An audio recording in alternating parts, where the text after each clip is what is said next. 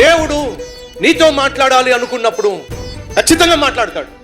నిరుద్యోగ సమస్య గుండా నువ్వు వెళుతున్నప్పుడు, అనారోగ్యం గుండా నువ్వు వెళుతున్నప్పుడు, ఆర్థిక ఇబ్బందుల గుండా నువ్వు వెళుతున్నప్పుడు, అపజయం గుండా నువ్వు వెళుతున్నప్పుడు, అష్ట కష్టాలను ఎదుర్కొంటున్నప్పుడు, అయోమయ పరిస్థితి గుండా నువ్వు వెళుతున్నప్పుడు, ఏం చేయాలో నీకు పాలుపోనప్పుడు, చేతులు కాళ్ళు ఆడనప్పుడు, అంతా అగోచరంగా కనిపిస్తున్నప్పుడు దేవుడు నీతో ఖచ్చితంగా మాట్లాడతాడు. ఎందుకంటే నేను ప్రకటించే దేవుడు సజీవుడు, మాట్లాడే దేవుడు.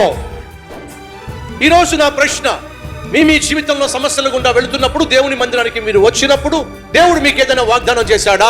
నీ కుటుంబాన్ని నేను కడతా, నీ భర్తను నేను బాగు చేస్తా, నీ బిడ్డల జీవితాన్ని నేను సరిచేస్తా, ఖచ్చితంగా నేను ఒక చక్కని ఆత్మీయుడినో లేక ఆత్మీయురాల్లో ఇచ్చి నీ వివాహం జరిగిస్తా, ఖచ్చితంగా నీకు ఉద్యోగాన్ని ఇస్తా, ఖచ్చితంగా గర్భఫలాన్ని ఇస్తా, ఖచ్చితంగా నీకంటూ సొంత గృహాన్ని ఇస్తా, ఖచ్చితంగా నిన్ను నీ వ్యాపారాన్ని నేను ఆశీర్వదిస్తా.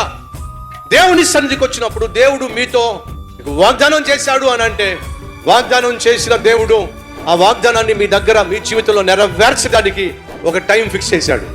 సంగమా, మాట ఇచ్చి తప్పుటకు నా దేవుడు అబద్ధికుడు కాదు, నరుడు అసలే కాదు. ఆయన అవునంటే అవును,